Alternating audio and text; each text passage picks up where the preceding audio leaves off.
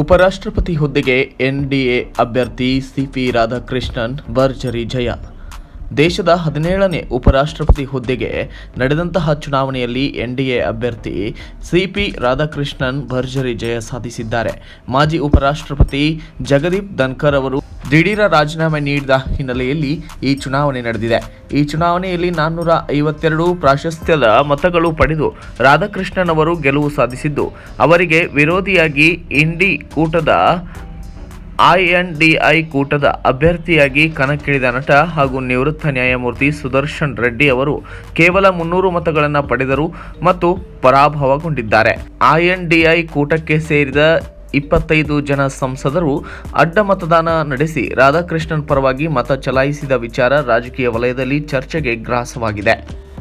ಈ ಬಾರಿ ಲೋಕಸಭೆ ಹಾಗೂ ರಾಜ್ಯಸಭೆಯ ಒಟ್ಟು 788 ಸಂಸದರಲ್ಲಿ 7 ಸ್ಥಾನಗಳು ಖಾಲಿ ಇದ್ದ ಕಾರಣ 781 ಜನ ಸಂಸದರು ಮತದಾನಕ್ಕೆ ಅರ್ಹರಾಗಿದ್ದರು. ಆದರೆ ಬಿಆರ್ಎಸ್ಎನ್ 4, ಬಿಜೆಡಿಯ 7, ಅಕಾಲಿ ದಳದ 3 ಮತ್ತು 1 ಸ್ವತಂತ್ರ ಸಂಸದರು ಮತದಾನದಿಂದ ದೂರ ಉಳಿದ ಕಾರಣ 767 ಜನ ಮಾತ್ರ ಮತದಾನದಲ್ಲಿ ಭಾಗವಹಿಸಿದರು.